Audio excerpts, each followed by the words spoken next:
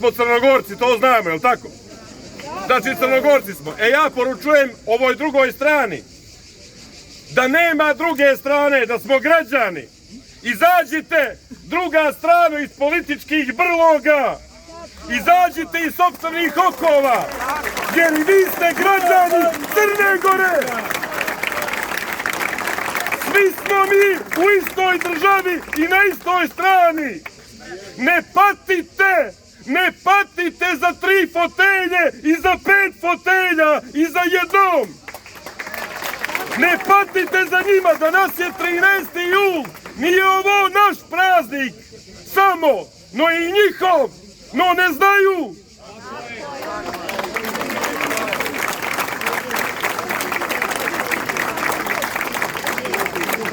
Nismo mi ni onaj dan bili samo kao Crnogorci ili kako oni vele Montenegrini, no smo bili kao građani, jer knjige nema.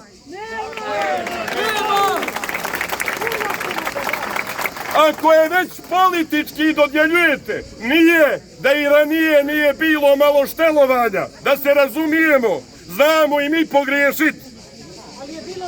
Ali je makar bilo formalno, pravno, tačno. Sad nema ni toga. To je građanska Crna Gora. I zato smo danas tu. Živjeli 13. jul, naš najveći praznik.